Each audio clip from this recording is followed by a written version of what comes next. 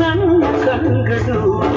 ಕಾವ್ಯ ದೇವತೆಯ ಸ್ತುತಿ ಮಾಡಿ ಕಂದಿ ಹೋಗಲಿ ನನ್ನ ಕಂಠವು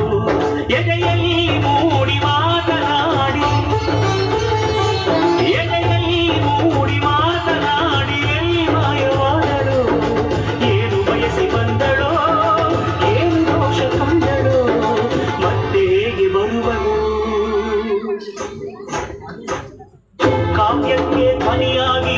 ಓಂಕಾರ ನುಡಿದ ಪಾದ ವೇದಾದಿ ಮಂತ್ರಗಳ ಮಾರ್ಧನಿಸೋ ದಿವ್ಯ ಪಾದ ನಿಷ್ಕಲ್ಮಶ ಶಿಶುವಂತ ಲಲಿತ ಕಲಾ ಶುದ್ಧ ಪಾದ ಕವಿಕುಲವೇ ಶರಣೆನ್ನೋ ಅಕ್ಷರಶಃ ಸತ್ಯಪಾದ